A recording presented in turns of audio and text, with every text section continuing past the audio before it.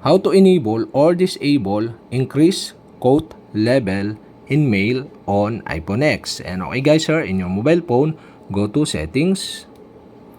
In settings, scroll down and go to mail. In mail, scroll down again and go to composing section. Here in composing section, you can see here the increase quote level, and the increase quote level is off or disable.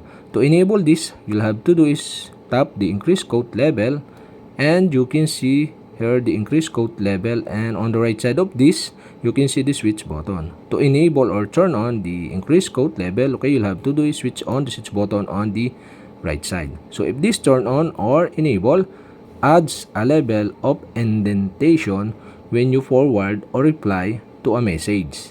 And that's it. Okay, we have successfully enabled or turn on. And to disable again or turn off, okay, you'll have to do is switch off the switch button on the right side. And okay guys, we have successfully enabled or disabled the increase quote level in mail on iPhone X.